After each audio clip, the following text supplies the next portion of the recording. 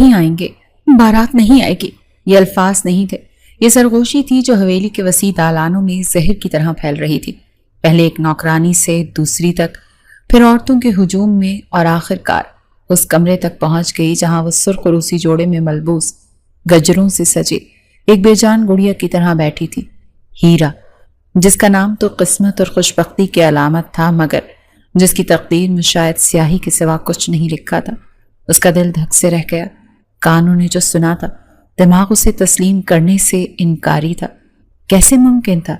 آج تو اس کی رہائی کا دن تھا، آج تو اس قید خانے سے اس کی آزادی کا پروانہ لکھا جانا تھا، مگر باہر بڑھتا ہوا شور، اس کی تائی جان کی تیز ہوتی آواز اور تایا جان کے پریشان قدموں کی چاپ اس کے انکار کو کمزور کر رہی تھی۔ نہیں، یہ سچ نہیں ہو سکتا۔ اس کا ذہن ماضی کے گرد میں بھٹکنے لگا۔ 5 سال پہلے کا وہ دن جب وہ پہلی بار اپنے تایا کے ساتھ اس شاہ حویلی میں داخل ہوئی تھی، وہ حویلی جس کی دیواریں اونچی اور دل تنگ تھے، وہ حویلی جس میں کبھی اس کی ماں کے لیے کوئی جگہ نہیں تھی۔ آج جب اس کی ماں اور باپ دونوں اس دنیا سے چلے گئے تو تایا اسے لے آئے تھے۔ وہ ان سب سے نفرت کرتی تھی کیونکہ انہوں نے اس کے ماں باپ کے ساتھ کبھی اچھا سلوک نہیں کیا تھا۔ ہیرا کا باپ شاہ نواز تھا، اس حویلی کا چھوٹا چشم و چراغ تھا جو شہر پڑھنے گیا اور وہیں کا ہو رہا۔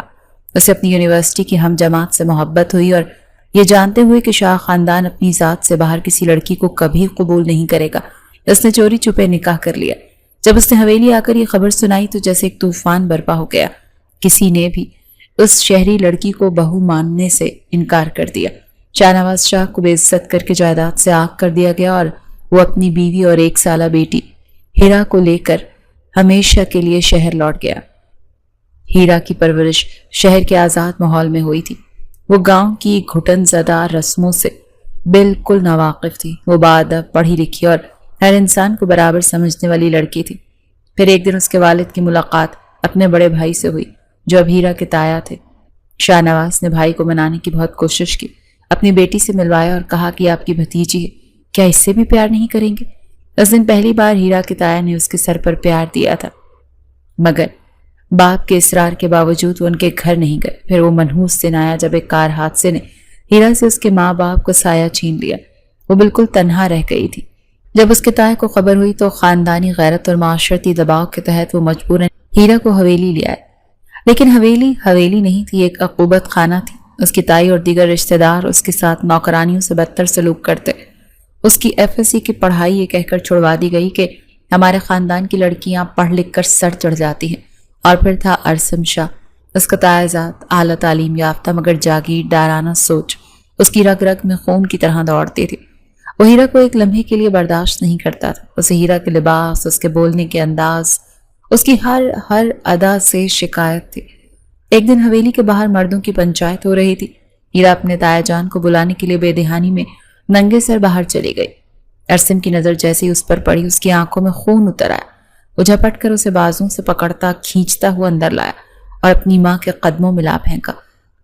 اس کی گرجدار آواز پوری حویلی میں گونجی۔ ماں اسے کچھ حویلی کے رسم و رواج سکھائیں، ہماری عورتیں یوں مردوں کے بیچ ننگے سر نہیں گھومتی۔ اس دن کے بعد وہ ذرا سی بات پر ہیرا کو نشانہ بناتا، لیکن ہیرا بھی اپنے باپ کی بیٹی تھی۔ وہ ان دقین اسی روایتوں کو ماننے سے انکار کر دیتی۔ وہ کہتی کہ میرے باپ نے ان روایتوں سے ہی تو بغاوت کی تھی۔ میں نہیں مانتی کہ لڑکیوں کو تعلیم حاصل نہیں کرنی چاہیے، اگر میرے بس میں ہو تو یہاں کی ہر لڑکی کو پڑھاؤں۔ اس کی اس بات پر ارسم غصے سے پھنکارا تھا۔ تمہارا انتظام تو میں جلد ہی کرتا ہوں، تم ہمارے گاؤں کی لڑکیوں کو خراب کر دو گی۔ آخرکار اس کے تایا نے شہر میں اس کا رشتہ ڈھونڈنے کا فیصلہ کیا۔ جس دن ہیرا نے یہ سنا، اسے لگا جیسے سالوں کی قید کے بعد رہائی کی امید نظر آئی۔ وہ اس گھٹن زدہ ماحول سے آزاد ہونا چاہتی تھی۔ جلدی شہر سے کچھ لوگ آئے، انہوں نے آتے ہیرا کو پسند کر لیا اور شادی کی تاریخ بھی طے ہو گئی۔ ہیرا کی خوشی کا کوئی ٹھکانہ نہیں تھا۔ شادی سے 1 ہفتہ قبل ہلکی ہلکی بارش ہو رہی تھی۔ وہ خوشی سے بے قابو ہو کر حویلی کے لان میں آ گئی اور بھیگتے ہوئے گول گول گھومنے لگی۔ اس کے لبوں پر ایک ہی جملہ تھا کہ بس 1 ہفتہ، میں جلد اس حویلی سے آزاد ہو جاؤں گی۔ وہ اپنی آزادی کا جشن منا رہی تھی۔ اسی لمحے ارسم شاہ کی گاڑی حویلی میں داخل ہوئی۔ جیسے ہی وہ گاڑی سے نکلا، اس کی نظر بارش میں بھیگتی قہقہے لگاتی ہیرا پر پڑی۔ بھیگے ہوئے وجود، چہرے پر پھیلی معصوم مسکراہٹ اور آنکھوں میں آزادی کی چمک، نہ جانے کیوں آج وہ اسے اتنی مختلف اور خوبصورت لگی کہ ارسم وہی پتھر کا ہو گیا۔ وہ جو اسے ایک نظر دیکھنا گوارا نہیں کرتا تھا آج ٹکٹکی باندھے اسے دیکھتا جا رہا تھا، یہاں تک کہ وہ خود اندر چلی گئی۔ اس رات ارسم کو نیند نہیں آئی، بار بار وہی منظر اس کی آنکھوں کے سامنے گھوم رہا تھا۔ یہ کیا ہو رہا ہے تمہیں ارسم شاہ؟ تم اس بدتمیز لڑکی کے بارے میں کیوں سوچ رہے ہو؟ وہ خود کو جھنجھوڑتا مگر دل اس کے اختیار میں نہیں تھا۔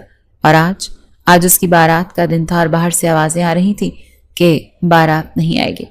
اس کے آنسو اس کے قابو میں نہیں رہے، اس کا خواب، اس کی آزادی، سب کچھ ایک لمحے میں ٹوٹ کر بکھر گیا۔ وہ نہیں جانتی تھی کہ اس کی قسمت کا فیصلہ تو اسی دن ہو گیا تھا جب بارش میں بھیگتی اس کی ایک جھلک نے پتھر دل ارسم شاہ کو پگھلا دیا تھا۔ وہ نہیں جانتی تھی کہ اس کا دولہا بھاگا نہیں بھگایا گیا تھا، اور اس کھیل کا سب سے بڑا کھلاڑی ارسم شاہ اس وقت حویلی کے دوسرے کونے میں کھڑا ہلکے سے مسکرا رہا تھا۔ حویلی میں پہلی سرگوشی اب ایک ماتم میں بدل چکی تھی، عزت نیلام ہونے کا ماتم، شاہ خاندان کی ناک کٹنے کا ماتم۔ ہیرا کے کانوں میں پڑتی ہر آواز ایک تیز دھار خنجر کی طرح اس کے وجود میں اتر رہی تھی۔ اس کی تائی جان کے زہریلے جملے سب سے نمایاں تھے۔ منحوس ہے یہ لڑکی، جب سے اس حویلی میں قدم رکھا ہے نحوست ہی لائی ہے، شہر کی ہوا لگی ہوئی ہے۔ کون اپنی بہو بناتا؟ اچھا ہوا اس لڑکے نے اپنی جان چھڑا لی۔ تائی جان بے بسی سے ٹہل رہے تھے اور ان کی پریشانی ہیرا کے ٹوٹے ہوئے دل کے لیے نہیں بلکہ گاؤں والوں کے سامنے خاندانی وقار خاک میں مل جانے پر تھی۔ وہ بار بار بڑبڑا رہے تھے، اب میں لوگوں کو کیا منہ دکھاؤں گا کہ شاہ خاندان کی بیٹی دلہن بنی بیٹھی رہ گئی اور بارات ہی نہیں آئی۔ ہیرا کو اپنے وجود بے معنی لگ رہا تھا۔ یہ بھاری بھرکم سرخ جوڑا، یہ سونے کے زیورات، یہ سب اسے زنجیر محسوس ہو رہی تھی۔ وہ ایک ایسی مجرم تھی جس کا جرم اسے خود بھی معلوم نہ تھا۔ وہ اپنی جگہ سے ہل بھی نہ سکی، بس آنکھوں سے آنسوں کی لڑی تھی جو ٹوٹنے کا نام نہیں لے رہی تھی۔ اسی لمحے جب شور اپنی انتہا پر تھا، ایک گرجدار آواز نے سب کو ساکت کر دیا۔ بس بہت ہو گیا۔ سب نے پلٹ کر دیکھا، دہلیز پر ارسم شاہ کھڑا تھا۔ اس کے چہرے پر سنجیدگی اور آنکھوں میں ایک عجیب سی سختی تھی۔ وہ دھیرے دھیرے چلتا ہوا بیچ میں آیا اور ایک نظر سب پر ڈالی۔ اس کی موجودگی میں اتنا روب تھا کہ سب کی زبانیں گنگ ہو گئیں۔ وہ اپنے باپ کے سامنے آ کر کھڑا ہوا اور ٹھوس لہجے میں بولا، شاہ خاندان کی عزت یوں نیلام نہیں ہوگی بابا سائیں۔ ایک شخص کے انکار سے ہماری غیرت پر حرف نہیں آ سکتا۔ تائی جان نے بے چارگی سے اسے دیکھا، لیکن اب ہم کر بھی کیا سکتے ہیں بیٹا؟ ارسن نے ایک لمحے کے لیے اپنی نظروں کا زاویہ بدلا اور اس کونے میں سہمی بیٹھی ہیرا پر ڈالا جو آنسوؤں میں ڈوبی اسے دیکھ رہی تھی۔ پھر اس نے وہ اعلان کیا جس نے حویلی کی بنیادیں ہلا دیں، میں ہیرا سے ابھی اور اسی وقت نکاح کروں گا۔ ایک لمحے کو گہرا سناٹا چھا گیا اور پھر جیسے ایک بھونچال آ گیا۔ اس کی ماں چیخ پڑی، ارسم تم ہوش میں تو ہو؟ اس لڑکی سے جس نے ہمارے خاندان کا نام بدنام کیا؟ مگر ارسم کے چہرے پر کوئی تاثر نہیں بدلا۔ اس نے صرف اپنے باپ کو دیکھا جو اس تجویز میں خاندانی عزت بچانے کا واحد راستہ دیکھ رہے تھے۔ انہوں نے فوراً فیصلہ سنا دیا، ارسم ٹھیک کہہ رہے، مولوی صاحب کو بلاؤ، نکاح بھی ہوگا۔ کسی نے ہیرا سے پوچھنے کی زحمت ہی نہیں کی۔ اس کی رائے، اس کی مرضی، اس کی زندگی سب بے معنی تھا۔ وہ ایک بے جان پتلی تھی جس کی ڈوریاں اب مکمل طور پر ارسم شاہ کے ہاتھ میں تھیں۔ نکاح کی سادہ اور پرتناؤ رسم شروع ہوئی۔ جب مولوی صاحب نے اس سے پوچھا، ہیرا بنت شاہ نواز شاہ، کیا آپ کو ارسم شاہ ولد حق مہر کے عوض نکاح قبول ہے؟ تو اس کی زبان جیسے تالو سے چپک گئی۔ اس کے سامنے دو راستے تھے، انکار کر کے ہمیشہ کے لیے ذلت کا طوق گلے میں ڈال لینا، یا قبول کر کے اس شخص کی قید میں چلے جانا جو اس کی نفرت کا مرکز تھا۔ اس کے پاس کوئی تیسرا راستہ نہیں تھا۔ اس کی کانپتی ہوئی گھٹی گھٹی آواز اس کے حلق سے نکلی، قبول ہے۔ اسے ارسم کے کمرے میں پہنچا دیا گیا، وہی کمرہ جس کے قریب سے گزرتے ہوئے بھی وہ ڈرتی تھی، آج اس کا دائمی ٹھکانہ بن چکا تھا۔ کمرے میں ہر چیز ارسم کی شخصیت کی عکاس کرتی تھی، مہنگی، پرروب اور بے لچک۔ وہ سیدھا ڈریسنگ ٹیبل کے سامنے جا کر کھڑی ہوئی۔ آئینے میں نظر آنے والا عکس اس کا اپنا نہیں لگ رہا تھا۔ وہ بے دردی سے اپنے زیورات نوچنے لگی، کانوں سے جھمکے کھینچے، گلے سے ہار اتارا اور پھر غصے اور بے بسی کے عالم میں اپنی کلائیوں پر سجی کانچ کی چوڑیاں دیوار پر دے ماری۔ چوڑیوں کے ٹوٹنے کی چھنکار اس کے ٹوٹے ہوئے خوابوں کا نوحہ تھی۔ اسی لمحے دروازہ کھلا اور ارسم اندر داخل ہوا۔ اس نے ہیرا کو اس حال میں دیکھا تو اس کے ہونٹوں پر ایک ہلکی سی مسکراہٹ آ گئی، ناقابل فہم مسکراہٹ۔ وہ اپنا کوٹ اتارتے ہوئے آگے بڑھا اور سرد لہجے میں بولا، آپ کیوں رو رہی ہو؟ شادی تو ہو گئی۔ ہیرا نے غصے سے پلٹ کر اسے دیکھا، اس کی آنکھیں شعلے برسا رہی تھیں۔ میں اسے شادی نہیں کہتی، وہ پھنکاری، قید ہے یہ جو پوری عمر کے لیے میری قسمت میں لکھی جا چکی ہے۔ اس کے جواب پر ارسم کی مسکراہٹ گہری ہو گئی. اس کے قریب آیا. ہو سکتا ہے یہ قید تمہارے لیے اچھی ثابت ہو. اس کے لہجے میں طنز نہیں بلکہ ایک عجیب سا اعتماد تھا. ویسے میں نے پہلی دلہن دیکھی ہے جو شوہر کے آنے سے پہلے ہی تیاری اتارنے لگ گئی. ہیرا نے اس کی بات کا کوئی جواب دینا مناسب نہ سمجھا. وہ خاموشی سے کپڑے لے کر واش روم چلی گئی اور دروازہ بند کر کے جی بھر کر روئی. جب وہ باہر نکلی تو اس نے صوفے پر جانے کے لیے اپنا تکیہ اٹھایا، مگر اس سے پہلے کہ وہ ایک قدم بھی آگے بڑھاتی ارسم نے اس کا ہاتھ پکڑ لیا. اس کے لمس پر ہیرا کا پورا وجود کانپ گیا. ارسم نے مضبوطی سے اس کا ہاتھ تھامے رکھا اور سرد آواز میں کہا، ہمارے خاندان میں یہ رسم نہیں، بیوی کی جگہ شوہر کے پاس ہی ہوتی ہے. ہیرا نے جھٹکے سے اپنا ہاتھ چھڑایا اور نفرت سے پوچھا، آخر کیوں کیا ہے آپ نے یہ سب؟ مجھ پر رحم کھایا؟ ارسم نے قدم اس کی طرف بڑھایا. اس کی آنکھوں میں ایک ایسی گہرائی تھی جسے ہیرا سمجھ نہ سکی. وہ اس کے کان کے قریب جھکا اور سرگوشی کی. رحم نہیں کھایا بلکہ خود پر رحم کھایا ہے. یہ کہہ کر وہ پیچھے ہٹ گیا اور بیڈ پر جا کر لیٹ گیا اور ہیرا وہیں کھڑی رہ گئی. اس کا دماغ سن ہو چکا تھا. خود پر رحم کھایا؟ اس جملے کا کیا مطلب تھا؟ یہ ظالم جاگیردار کیا پہیلی بھجوا رہا تھا؟ اس کی قید کا پہلا دن شروع ہو چکا تھا اور قید کرنے والے کے ارادے اس کی سمجھ سے بالاتر تھے. اس رات ہیرا کو لگا ہی نہیں کہ وہ سوئی تھی. اس کی آنکھیں بند تھیں مگر ذہن جاگ رہا تھا. ارسم کا وہ آخری جملہ خود پر رحم کھایا ہے ایک کانٹے کی طرح اس کے دماغ میں چپتا رہا. جب صبح کی پہلی کرن نے کھڑکی سے جھانکا تو اس نے خود کو بیڈ پر پایا. ارسم کمرے میں نہیں تھا. ایک لمحے کے لیے اسے سکون کا احساس ہوا مگر اگلے ہی پل حقیقت نے اسے آ گھیرا. یہ سکون عارضی تھا. یہ کمرہ، یہ حویلی اور وہ شخص اب اس کی زندگی کی اٹل حقیقت تھے. اس نے ہمت مجتمع کی اور کمرے سے باہر نکلی. اس کا سامنا کرنے کے لیے خود کو تیار کر لیا جس کی وہ عادی تھی. تائی جان کے طنز، نوکروں کی حقارت بھری نظریں اور حویلی کی دیواروں سے آتی وحشت. ناشتے کی میز پر ماحول کسی سوگ سے کم نہ تھا. تایا جان خاموشی تھی اور تائی جان کا چہرہ غصے سے تمتما رہا تھا. ہیرا نے چپ چاپ کرسی کھینچی اور بیٹھنے لگی. تائی جان کی زہریلی آواز نے اس کا استقبال کیا. آ گئی شہر کی شہزادی. رات کو نیند تو اچھی آئی ہوگی اپنے نئے محل میں. ہیرا نے اندر اٹھتے طوفان کو دباتے ہوئے نظریں جھکا لی. وہ جواب دے کر تماشا نہیں بنانا چاہتی تھی. وہ جانتی تھی کہ اس کی خاموشی ہی اس کا واحد ہتھیار ہے. لیکن اس سے پہلے کہ تائی جان کچھ اور کہتی ایک بھاری اور پرسکون آواز نے انہیں روک دیا. اماں، یہ ارسم تھا. وہ کب آ کر اپنی کرسی پر بیٹھا کسی کو خبر نہ ہوئی. اس کے لہجے میں حکم تھا، وہ اب اس گھر کی بہو ہے اور میری بیوی. اس کی عزت میری عزت ہے. میں آئندہ اس کے ساتھ کوئی بدتمیزی برداشت نہیں کروں گا. ناشتے کی میز پر کیسے زلزلہ آ گیا تھا؟ تائی جان کا منہ تو کھلے کا کھلا رہ گیا. یہ وہی بیٹا تھا جو اس لڑکی کو معمولی باتوں پر ان کے قدموں میں لا پھینکتا تھا. آج اسی کی خاطر اپنی ماں کو ٹوک رہا تھا. ہیرا نے بھی ناقابل یقین نظروں سے ارسم کو دیکھا. کیا یہ وہی شخص تھا یا یہ اس کا کوئی نیا روپ تھا، کوئی نیا جال تھا اسے اذیت دینے کا؟ دن بھر وہ اسی سوچ میں غلطاں رہی. ارسم کا بدلا ہوا رویہ اسے حیران کر رہا تھا. دوپہر میں جب ایک نوکرانی نے جان بوجھ کر اس کے پاؤں میں پانی گرا دیا تو ارسم جو وہیں سے گزر رہا تھا زور سے دھاڑا کہ نوکرانی خوف سے کانپنے لگی. تمیز بھول گئی ہو تم لوگوں کو؟ بی بی صاحبہ ہے وہ تمہاری. اس دن کے بعد حویلی میں جیسے غیر اعلانیہ قانون نافذ ہو گیا. ہیرا کو کوئی براہ راست کچھ کہنے کی ہمت نہیں کرتا تھا مگر نفرت بھری نظریں اور سرگوشیاں اب بھی اس کا تعاقب کرتی تھی.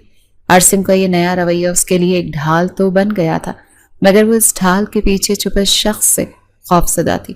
اسے لگتا تھا یہ سب ایک دکھاوا ہے، طوفان سے پہلے کا سکوت. رات ہوئی تو اس نے پھر وہی عمل دہرایا. اپنا تکیہ اٹھایا اور صوفی کی جانب قدم بڑھائے. یہ اس کی خاموشی بغاوت تھی. یہ بتانے کا طریقہ کہ اس نے یہ رشتہ، یہ قید قبول نہیں کی. ارسم جو کتاب پڑھنے میں مصروف تھا اسے دیکھ رہا تھا. اس کے ہونٹوں پر ایک ہلکی سی مسکراہٹ نمودار ہوئی. ہیرا نے اسے نظر انداز کیا اور صوفے پر لیٹنے ہی لگی کہ ارسم اپنی جگہ سے اٹھا. اس نے بغیر کچھ کہے ہیرا کے ہاتھ سے تکیہ لیا اور واپس بیڈ پر رکھ دیا. ہیرا نے غصے سے اسے گھورا. میں نے کہا نا میں وہاں نہیں سوں گی. ارسم نے اس کے غصے کو خاطر میں نہ لاتے ہوئے سکون سے کہا. اور میں نے بھی کل بتا دیا تھا. وہ ایک قدم آگے بڑھا. کوئی اور رسم پوری کرو نہ کرو، یہ رسم ضرور پوری کرنی ہے. اس کے لہجے کی ٹھوسیت اور آنکھوں کی گہرائی نے ہیرا کو ایک پل کے لیے بے بس کر دیا. وہ کچھ کہنے کے لیے منہ کھول ہی رہی تھی کہ ارسم نے مسکراتے ہوئے مزید کہا، صوفے پر سونے سے کمر میں درد ہو جاتا ہے. میں اپنی بیوی کی صحت کا خیال نہیں رکھوں گا تو اور کون رکھے گا؟ اس کے لہجے میں چھپی شرارت اور فکر مندی کے ملے جلے تاثر نے ہیرا کو لاجواب کر دیا۔ یہ شخص اسے سمجھ نہیں آ رہا تھا، وہ ظالم تھا یا محافظ، قید کرنے والا یا قدردان، اسے اذیت دینا چاہتا تھا یا اس کے دل میں واقعی کوئی نرم گوشہ پیدا ہو گیا تھا۔ اس رات بھی وہ بیٹھ کے ایک کونے پر اس سے دور سمٹ کر لیٹ گئی، مگر آج اس کی سوچوں کا محور بدل گیا۔ نفرت اور غصے کی جگہ حیرت اور تجسس نے لے لی تھی۔ یہ حویلی جسے وہ قید خانہ سمجھتی تھی اب ایک ایسی پہیلی بن چکی تھی جس کا سب سے مشکل حصہ اس کا اپنا شوہر ارسم شاہ تھا۔ وقت مرہم بننے کی صلاحیت رکھتا ہے، مگر کچھ زخموں پر مرہم کی جگہ سوال اگنے لگتے ہیں۔ ہیرا اور ارسم کے درمیان بھی وقت گزر رہا تھا۔ کئی ہفتے بیت گئے، رات کو تکیہ لے کر صوفے پر جانے کی رسم اب ختم ہو چکی تھی۔ اب ایک خاموش معاہدہ تھا، ایک انکہی تفہیم کے بیڈ پر دونوں کی جگہ مقرر تھی۔ وہ اب بھی ایک دوسرے سے اجنبی تھے، مگر ان کی اجنبیت میں اب پہلے جیسی کاٹ نہیں تھی۔ ارسم کا رویہ ہیرا کے لیے ایک معمہ بنا ہوا تھا۔ وہ اس کی حفاظت کرتا، اس کا دفاع کرتا، مگر فاصلہ بھی برقرار رکھتا۔ اس کے قریب آنے کے بہانے ڈھونڈتا تھا، مگر کبھی حد پار نہ کرتا۔ اس کا یہ ضبط ہیرا کو مزید الجھا دیتا۔ ایک صبح ارسم کو کسی کام سے شہر جانا پڑا۔ حویلی میں سب حیران رہ گئے جب اس نے ناشتے کی میز پر انتہائی سکون سے ہیرا سے کہا، تیار ہو جاؤ، تم بھی میرے ساتھ شہر چل رہی ہو۔ ہیرا کے ہاتھ میں پکڑا نوالا وہیں رک گیا۔ تائی جان نے فوراً لقمہ دیا۔ اسے شہر لے جا کر کیا کرو گے؟ حویلی کی عورتیں یوں مردوں کے ساتھ بے مقصد نہیں پھرتی۔ ارسم نے اپنی ماں کی بات کو مکمل طور پر نظر انداز کرتے ہوئے اپنی نظریں ہیرا پر مرکوز رکھی۔ اس کی آنکھوں میں ایک سوال تھا اور ایک نرم سا حکم بھی۔ ہیرا نے ایک لمحے کے لیے انکار کرنا چاہا۔ اس شخص کے ساتھ اکیلے سفر کا خیال ہی اسے خوف زدہ کر رہا تھا، مگر پھر اسے حویلی کی گھٹن کا احساس ہوا۔ باہر نکلنے کا، کھلی ہوا میں سانس لینے کا موقع وہ کھونا نہیں چاہتی تھی۔ اس نے آہستہ سے سر ہلایا۔ سفر خاموشی میں کٹا۔ ہیرا کھڑکی سے باہر بدلتے منظروں کو دیکھ رہی تھی اور ارسم پوری توجہ سے ڈرائیونگ کر رہا تھا۔ شہر پہنچ کر ارسم نے اسے گاڑی میں ہی انتظار کرنے کو کہا اور خود کسی دفتر میں چلا گیا۔ گھنٹے بھر بعد جب وہ واپس آیا تو اس کے ہاتھ میں شاپنگ بیگز تھے۔ اس نے وہ بیگز پچھلی سیٹ پر رکھے اور ہیرا سے پوچھا، کچھ کھاؤ گی؟ ہیرا نے نفی میں سر ہلایا۔ اس کی اس مہربانی سے مزید محتاط ہو رہی تھی۔ واپسی پر ارسم نے گاڑی ایک مارکیٹ کے پاس روکی۔ مجھے کچھ کتابیں لینی ہیں، تم گاڑی میں بیٹھو۔ وہ جانے ہی والا تھا کہ ہیرا نے بے اختیار کہا، میں بھی چلوں؟ وہ گاڑی میں بیٹھے بیٹھے تنگ آ گئی تھی۔ ارسم نے ایک لمحے کو اسے دیکھا، پھر دروازہ کھول دیا۔ آ جاؤ۔ مارکیٹ میں چلتے ہوئے ہیرا کو ایک عجیب سی آزادی کا احساس ہوا، مگر یہ آزادی ارسم کی موجودگی کی وجہ سے ادھوری تھی۔ اس سے چند قدم پیچھے چل رہی تھی۔ اسی اثنا میں سامنے سے آتے چند اوباش لڑکوں کی نظر ہیرا پر پڑی اور انہوں نے بے باکی سے آوازیں کسنا شروع کر دی۔ ہیرا کا دل ڈوبنے لگا اور اس نے فوراً دوپٹے سے خود کو مزید ڈھانپا، رفتار تیز کر دی۔ ارسم جو آگے چل رہا تھا آوازیں سن کر پلٹا۔ اس نے لڑکوں کی غلیظ نظروں کو ہیرا کا تعاقب کرتے دیکھا تو ایک لمحے میں اس کی آنکھیں سرخ ہو گئیں۔ وہ غصے سے ان کی طرف بڑھا، مگر پھر کچھ سوچ کر رک گیا۔ اس نے کوئی تماشا نہیں کیا، صرف ایک قدم پیچھے ہٹ کر ہیرا کے قریب آیا اور انتہائی حفاظتی انداز میں اپنا ایک بازو اس کے گرد حائل کرتے ہوئے اسے اپنے حصار میں لے لیا۔ پھر اس نے اپنی سرد فولادی نظریں ان لڑکوں پر گاڑ دیں۔ اس کی خاموش نگاہوں میں وہ دھمکی، وہ قہر تھا کہ لڑکوں کے قدم وہیں جم گئے۔ ارسم اسے اپنے ساتھ لیے کتابوں کی دکان میں داخل ہو گیا، مگر ہیرا کا پورا وجود کانپ رہا تھا۔ یہ خوف نہیں تھا، یہ حیرت تھی۔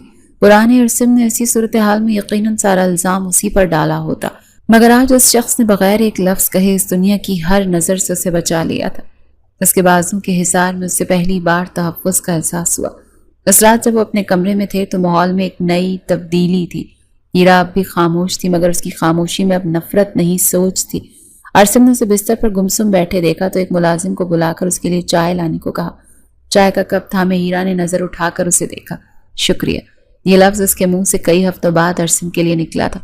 ارسم نے جواب میں صرف سر ہلایا، مگر اس کی آنکھوں میں ایک چمک سی لہرائی۔ اس رات پہلی بار ہیرا نے خود سے تکیہ اٹھا کر صوفے پر جانے کا ارادہ ترک کر دیا۔ وہ چپ چاپ اپنی جگہ پر جا کر لیٹ گئی۔ ارسم نے جب لائٹ بند کی تو اس کے لبوں پر ایک فاتحانہ مسکراہٹ تھی۔ اس کی خاموش کوششیں رنگ لا رہی تھیں اور برف آہستہ آہستہ پگھل رہی تھی۔ مارکیٹ والے واقعے کو کئی دن گزر گئے۔ اب ہیرا اور ارسم کے درمیان خاموشی تو تھی، مگر وہ اجنبی نہیں لگتی تھی۔ ناشتے کی میز پر جب ارسم سے کوئی بات کرتا تو وہ مختصر ہی صحیح مگر جواب ضرور دیتی۔ اس کی یہ تبدیلی تائی جان کو آگ لگا دیتی تھی، مگر ارسم کی موجودگی میں وہ بے بس تھی۔ ایک دوپہر حویلی میں ٹہلتے ہوئے ہیرا کے قدم بے اختیار اس پرانے چھوٹے سے کمرے کی طرف اٹھ گئے۔ جہاں اس نے اپنی زندگی کے بدترین 5 سال گزارے تھے۔ دروازہ کھلا تھا اور وہ اندر داخل ہوئی تو وہی پرانی بوسیدگی، وہی اداس اور دیواروں میں بسی تنہائی نے اس کا استقبال کیا۔ اسے وہ دن یاد آ گئے جب وہ یہاں گھنٹوں اپنے ماں باپ کو یاد کر کے رویا کرتی تھی۔ اس کی آنکھوں سے بے اختیار آنسو بھرا۔ وہ وہی دیوار سے ٹیک لگا کر بیٹھ گئی اور آنسو اس کی گالوں پر بہنے لگے۔ وہ اپنے ماضی کی قید میں کھوئی ہوئی تھی جب اسے اپنے پیچھے قدموں کی آہٹ سنائی دی۔ اس نے جلدی سے آنسو پونچھے اور پلٹ کر دیکھا تو دروازے پر ارسم کھڑا تھا۔ اس کے چہرے پر ایک ناقابل فہم تاثر تھا۔ وہ دھیرے سے اندر آیا۔ یہاں کیا کر رہی ہو؟ ہیرا کی آواز میں سالوں کا چھپا درد ابھر آیا۔ اپنی پرانی قید کو دیکھنے آئی تھی، یہ یاد دلانے کہ میری اصل اوقات کیا ہے۔ ارسم کے چہرے پر ایک تکلیف کی لہر دوڑ گئی۔ اس کے قریب آیا اور اس کے سامنے بیٹھ گیا۔ میں جانتا ہوں میں نے تمہارے ساتھ بہت ظلم کیا۔ اس کی آواز میں ندامت تھی۔ میں تمہیں روز کی تکلیف میں بغاوت کرتے دیکھتا تھا اور مجھے غصہ آتا تھا۔ ہیرا نے نفرت سے اسے دیکھا۔ تو آپ اس غصے کو مجھ پر نکالتے تھے؟ میرا غصہ تم پر نہیں تھا ہیرا۔ ارسم نے گہری سانس لی۔ وہ غصہ اس نظام پر تھا، اس حویلی پر تھا جس کے لیے تم نہیں بنی تھی۔ تمہاری آزاد سوچ، تمہاری ہمت، مجھے ڈر تھا کہ یہ حویلی کی روایتیں تمہیں زندہ درگور کر دیں گی۔ میرا طریقہ غلط تھا، بہت غلط، مگر میں تمہیں ٹوٹتے ہوئے نہیں دیکھ سکتا تھا۔ یہ ایک اعتراف تھا، ادھورا مگر ہیرا کے دل میں اتر جانے والا۔ کیا یہ ممکن تھا کہ اس کی ساری نفرت، ساری سختی ایک غلط فہمی پر مبنی خوف کا نتیجہ تھی؟ اس کے ذہن نے اسے جھٹلایا مگر دل نے ایک لمحے کے لیے یقین کرنا چاہا۔ ارسم نے نرمی سے اس کا ہاتھ تھاما۔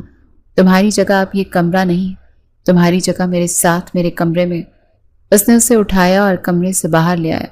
اس واقعے نے ہیرا کے اندر بہت کچھ بدل دیا تھا۔ اسے پہلی بار لگا کہ شاید ارسم اتنا برا نہیں ہے جتنا وہ سمجھتی تھی۔ اس شام جب تائی جان نے مہمانوں کے سامنے اس کے شہری لباس پر طنز کیا تو اس سے پہلے کہ ارسم کچھ بولتا، ہیرا خود بولی۔ اس کی آواز میں خوف نہیں، ایک نیا اعتماد تھا۔ تائی اماں، میں آپ کی عزت کرتی ہوں لیکن میں ارسم شاہ کی بیوی ہوں اور اس گھر میں اپنی عزت پر کوئی سمجھوتا نہیں کروں گی۔ میرا لباس میری شناخت کا حصہ اور میرے شوہر کو اس پر کوئی اعتراض نہیں۔ وہاں موجود سب لوگ دم بخود رہ گئے۔ تائی جان کا منہ حیرت سے کھلا رہ گیا اور ارسم کی آنکھوں میں اپنی بیوی کے لیے فخر اور محبت کی ایک نئی چمک ابھری۔ اس رات کمرے کا ماحول بالکل مختلف تھا۔ ایک سکون تھا، ایک اپنائیت تھی۔ ارسم اپنے لیپ ٹاپ پر کام کر رہا تھا جب ہیرا چائے کا کپ بنا کر لائی اور چپکے سے اس کی میز پر رکھ دیا۔ اس سے پہلے کہ وہ پلٹتی ارسم نے اس کی کلائی تھام لی۔ ہیرا نے چونک کر اسے دیکھا۔ شکریہ۔ ارسم کی آواز میں گرم جوشی تھی۔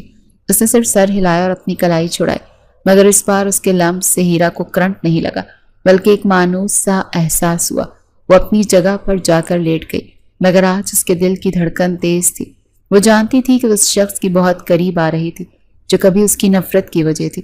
یہ جبری شادی اب دھیرے دھیرے ایک ایسے رشتے میں بدل رہی تھی جس کا نام وہ خود بھی نہیں جانتی تھی، مگر وہ یہ نہیں جانتی تھی کہ اس رشتے کی بنیاد ایک بہت بڑے راز پر رکھی تھی جو اگر فاش ہو جاتا تو سب کچھ تباہ کر دے گا۔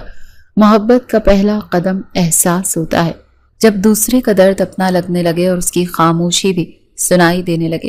ہیرا اور ارسم کے رشتے میں یہی مرحلہ آ چکا تھا۔ حویلی اب بھی وہی تھی، لوگ بھی وہی تھے، مگر ہیرا کے لیے اب اس کی دیواروں میں گھٹن نہیں، ایک مانوسیت پیدا ہو رہی تھی کیونکہ اب یہاں کوئی تھا جو اس کا خیال رکھتا تھا۔ ایک شام ارسم اپنی زمینوں سے واپس آیا تو معمول سے زیادہ خاموش اور تھکا ہوا لگ رہا تھا۔ اس کے چہرے پر نقاہت تھی جو وہ اپنی سنجیدگی کے پیچھے چھپانے کی کوشش کر رہا تھا۔ رات کے کھانے پر اس نے بمشکل ہی کچھ کھایا۔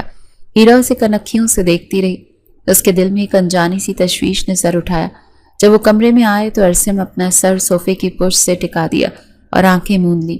ہیرا کچھ دیر اسے دیکھتی رہی پھر ہمت کر کے اس کے قریب آ گئی۔ آپ ٹھیک تو ہیں؟ اس کی آواز میں جھجک کے ساتھ ساتھ فکر بھی تھی۔ ارسم نے آنکھیں کھولے بغیر جواب دیا، بس تھکاوٹ ہے۔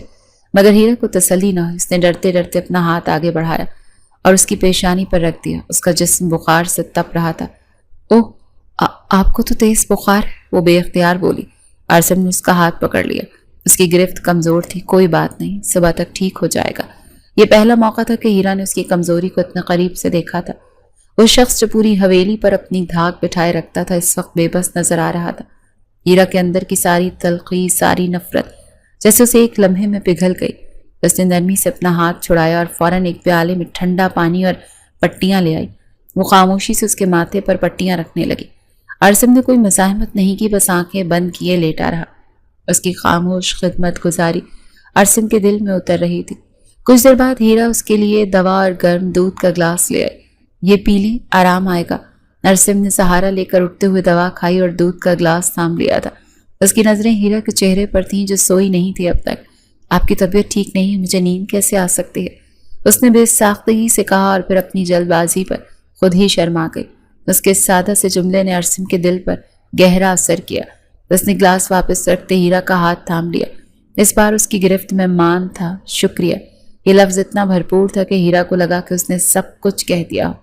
اس رات ہیرا اس کے پاس کرسی پر بیٹھی رہی، وقفے وقفے سے اس کی پٹیاں بدلتی رہی۔ جب وہ نیند اور جاگنے کی کیفیت میں تھا تو اس کے چہرے کو دیکھتی رہی۔ نیند میں اس کے چہرے کی سختی کم ہو گئی تھی، ایک معصومیت در آئی تھی۔ ہیرا نے خود سے سوال کیا، کیا وہ اب بھی اس شخص سے نفرت کرتی ہے؟ جواب اس کے دل سے نفی میں آیا۔ نفرت کب کی ختم ہو چکی تھی، اب تو اس کی جگہ ایک ایسا احساس لے رہا تھا جسے وہ محبت کہتے ہوئے ڈرتی تھی۔ اسے احساس ہوا کہ وہ اس قید خانے میں قید نہیں رہی، بلکہ اس نے اس قید خانے کے محافظ کو ہی اپنا قیدی بنا لیا تھا۔ اس رات جب چاندنی کمرے میں پھیلی ہوئی تھی تو ہیرا نے پہلی بار دل سے رشتے کو قبول کیا۔ اسے معلوم نہیں تھا کہ آنے والا کل کیا طوفان لائے گا، مگر آج کی رات وہ صرف عاصم شاہ کی بیوی تھی اور اسے اس احساس سے سکون مل رہا تھا کہ عاصم کی بیماری نے ان دونوں کے درمیان موجود آخری دیوار بھی گرا دی۔ اب ان کے درمیان ایک ایسا رشتہ تھا جس میں جھجک کی جگہ مان اور فیصلے کی جگہ قربت نے لے لی تھی۔ عاصم اب ہیرا سے اپنی چھوٹی چھوٹی باتیں شیئر کرتا، اپنے کام اور اپنی ذمہ داریوں کے بارے میں بتاتا۔ اسے بتاتا کہ وہ کس طرح گاؤں کی بہتری کے لیے کچھ کرنا چاہتا ہے۔ تمہاری سوچ غلط نہیں تھی ہیرا، تعلیم واقعی ضروری ہے، خاص کر لڑکیوں کے لیے۔ میں یہاں لڑکیوں کے لیے ایک اسکول بنوانے کا سوچ رہا ہوں۔ اس کی باتیں سن کر ہیرا کی آنکھوں میں چمک آ جاتی۔ اسے یقین نہیں آتا کہ یہ وہی عاصم شاہ ہے جو تعلیم کو عورتوں کے لیے خرابی سمجھتا تھا۔ وہ جان گئی تھی کہ اس کی محبت نے اس جاگیردار کو اندر سے بدل دیا تھا۔ شادی کو تقریباً 2 مہینے گزر چکے تھے۔ ان کا رشتہ ہر گزرتے دن کے ساتھ گہرا ہوتا جا رہا تھا۔ ایک رات کمرے میں مکمل خاموشی تھی، بس ان کی سانسوں کی آواز سے۔ عاصم بیڈ پر نیم دراز اسے دیکھ رہا تھا جو آئینے کے سامنے بیٹھی اپنے بال سنوار رہی تھی۔ وہ اٹھا اور اس کے پیچھے آ کر کھڑا ہو گیا۔ ہیرا نے آئینے میں اس کا عکس دیکھا تو اس کے دل کی دھڑکنیں تیز ہو گئی تھیں۔ عاصم نے اس کے کاندھے پر ہاتھ رکھا۔ ہماری شادی کو 2 مہینے ہو چکے ہیں ہیرا۔ اس کی آواز میں ایک گہری سنجیدگی تھی۔ میں نے ابھی تک اپنا شوہر ہونے کا حق نہیں جتایا، میں صرف ایک دوست کی طرح تمہارے ساتھ رہا، لیکن آج میں اپنا حق وصول کرنا چاہتا ہوں۔ اس کے الفاظ امرت کی طرح ہیرا کی سماعت میں اترے اور اس کے رخسار حیا سے سرخ ہو گئے۔ اس نے شرم سے اپنی پلکیں جھکا لیں۔ یہ اس کا خاموش اقرار تھا۔ عاصم نے اس کی ٹھوڑی کو پکڑ کر اس کا چہرہ اوپر اٹھایا۔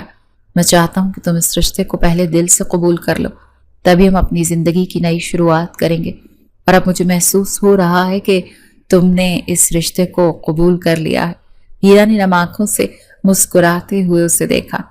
جس کا محبوب اتنی محبت کرنے والا ہو کہ اس کے لیے خود کو بدل دے، اس کی محبوبہ کیسے اس کی محبت سے انکار کر سکتی ہے؟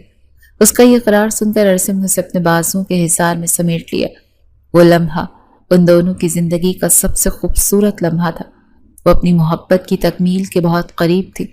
عاصم نے اسے خود سے الگ کیا۔ اس کے چہرے پر محبت کے ساتھ ساتھ ایک عجیب سا خوف بھی آیا۔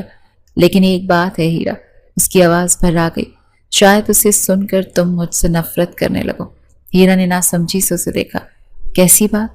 اس کا دل کسی انہونی خوف سے دھڑک رہا تھا۔ عاصم نے ایک لمبی سانس لی، جیسے اپنے اندر کی ساری ہمت جمع کر رہا۔ اس رات، تمہاری شادی کی رات، تمہارا دھولا بھاگا نہیں تھا۔ ہیرا کی آنکھیں حیرت سے پھیل گئیں۔ تو پھر؟ اسے میں نے بھگایا تھا۔ یہ 6 الفاظ نہیں، ایک بجلی تھی جس نے ہیرا کے وجود کی ہر دیوار کو منہدم کر دیا تھا۔ وہ جس شخص کے بازو میں اپنی جنت تلاش کر چکی تھی، ایک لمحے میں وہ شخص اس کے سب سے بڑے گنہگار کے روپ میں سامنے آ کھڑا ہوا۔ وہ جھٹکے سے اس کے حصار سے نکلی۔ اس کا لمس اب اسے آگ کی طرح جلا رہا تھا۔ محبت اور اپنائیت کے وہ تمام احساسات جو پچھلے 2 مہینوں میں پروان چڑھے تھے، دھوکے کی ایک تیز آندھی میں تنکوں کی طرح بکھر گئے۔ اس کے چہرے کا رنگ فق ہو چکا تھا۔ آنکھوں میں محبت کی جگہ شدید بے یقینی اور کرب نے لے لی تھی۔ کیوں؟ اس کے لبوں سے صرف ایک لفظ نکلا، مگر اس ایک لفظ میں صدیوں کی اذیت سمائی تھی۔ عرصم نے آگے بڑھ کر اسے تھامنا چاہا، مگر ہیرا نے ایک زخمی ناگن کی طرح پھنکارتے ہوئے اسے پیچھے دھکیل دیا۔ ہاتھ مت لگانا مجھے، آپ نے میرے ساتھ کھیل کھیلے، ایک گھنونا کھیل۔ اس کی آواز آنسوؤں میں ڈوب کر کانپتی رہی۔ یہ محبت نہیں تھی، یہ آپ کی ضد تھی، آپ کی جاگیردارانہ انا تھی۔ آپ نے مجھے ایک چیز کی طرح حاصل کیا، پہلے مجھے قید کیا اور میری آزادی چھینی، اور پھر مہربانی کا ڈھونگ رچا کر میرا دل جیت لیا۔ کیوں کیا آپ نے ایسا؟ عرصم اس کے ہر الزام کو چپ چاپ سنتا رہا۔ اس کے چہرے پر تکلیف اور ندامت کے گہرے سائے تھے۔ وہ جانتا تھا وہ اس کے ہر غصے، ہر الزام کا حقدار تھا۔ جب ہیرا بولتے بولتے تھک کر رونے لگی تب وہ دھیرے سے بولا، کیونکہ میرے پاس کوئی اور راستہ نہیں تھا۔ جھوٹ! وہ چیخی۔ سچ ہی ہے ہیرا۔ اس کی آواز میں ایک ایسی سچائی تھی جس نے ہیرا کو ایک لمحے کے لیے خاموش ہونے پر مجبور کر دیا۔ جس دن میں نے تمہیں بارش میں دیکھا تھا اس دن میں اپنا دل ہار بیٹھا، مگر تمہاری شادی میں صرف ایک ہفتہ باقی تھا۔ میں تم سے بات کرتا تو تم کبھی میری بات نہ مانتی، تم مجھ سے نفرت کرتی تھیں اور بجا کرتی تھیں۔ وہ چند قدم اس کے قریب آیا مگر ایک محفوظ فاصلے پر رک گیا۔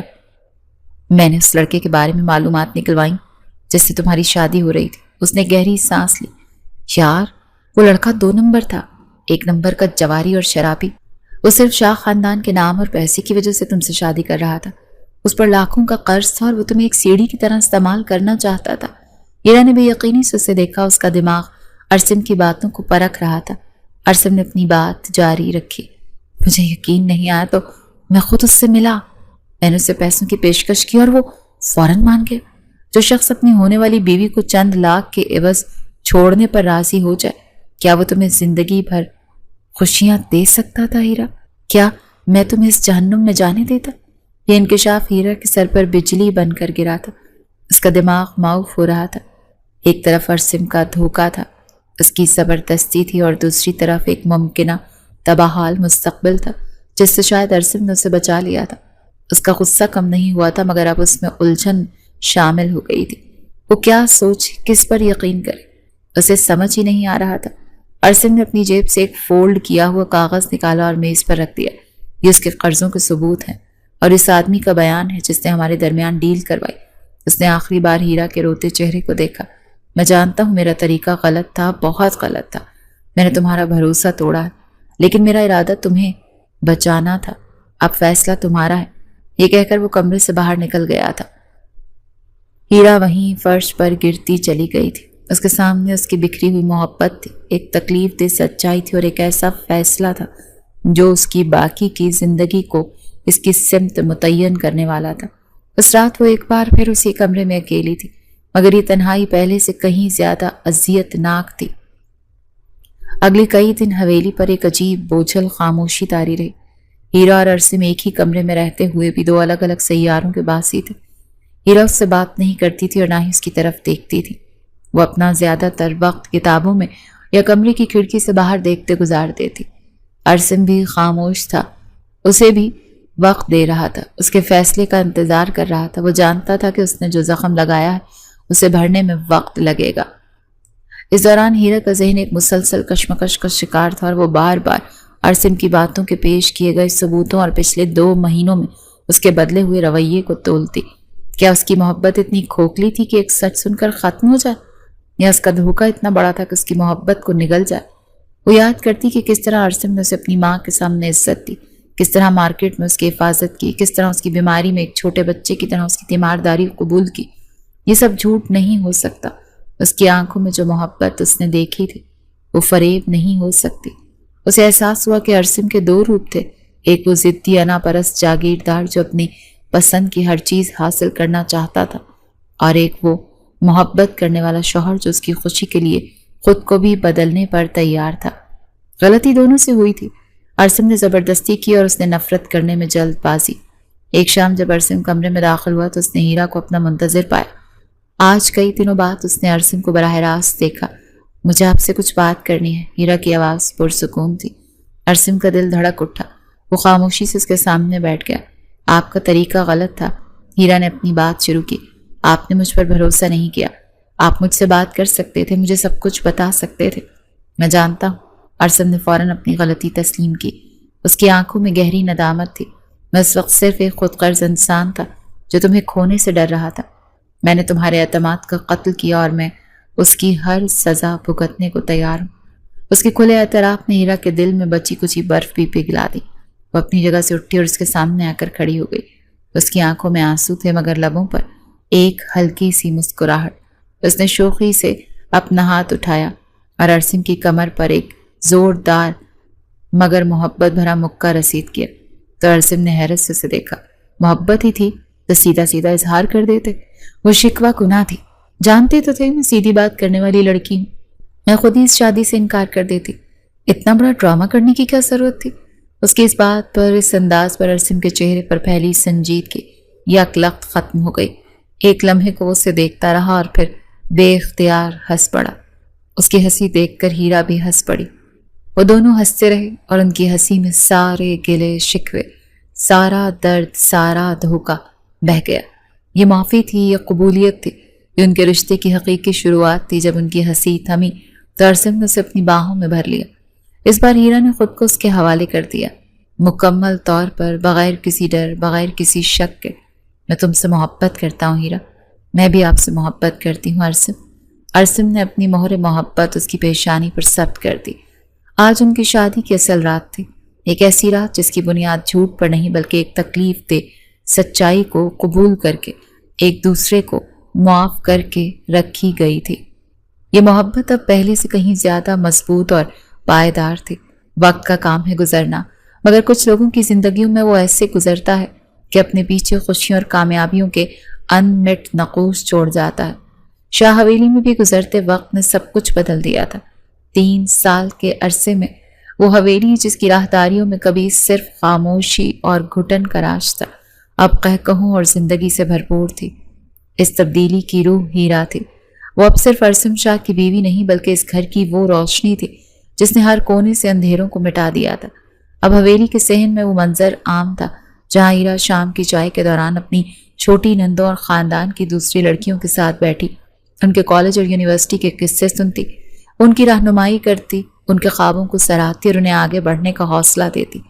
حویلی کے ملازم اب اس سے خوف نہیں کھاتے تھے بلکہ اس کی عزت اور محبت کرتے تھے، کیونکہ وہ ان کے ساتھ ایک خاندان کے فرد کی طرح پیش آتی تھی۔ ارسم نے اپنا سب سے بڑا وعدہ پورا کیا تھا۔ گاؤں کے کنارے پر ہرے بھرے کھیتوں کے بیچوں بیچ ایک شاندار عمارت سر اٹھائے کھڑی تھی جس پر جلی حروف میں لکھا تھا شاہ نواز شاہ گرلز اسکول۔ یہ ہیرا کے والد کے نام پر بنایا گیا علم کا وہ مندر تھا جس کا خواب ہیرا نے اپنی قید کے دنوں میں دیکھا تھا۔ اسکول کے افتتاح کا دن گاؤں کے لیے کسی تہوار سے کم نہیں تھا۔ پورا گاؤں امڑ آیا تھا۔ اسٹیج پر جب ہیرا کو تقریر کے لیے بلایا گیا تو ایک لمحے کے لیے اسے اپنا ماضی یاد آیا۔ وہ لڑکی جو ننگے سر پنچایت میں جانے پر ذلیل کی گئی تھی، آج اسی گاؤں کے سینکڑوں مردوں اور عورتوں کے سامنے سر اٹھائے کھڑی تھی۔ اس کی آواز میں ایک نیا اعتماد اور درد مندی تھی۔ میں بھی آپ ہی کی طرح اس دھرتی کی بیٹی ہوں۔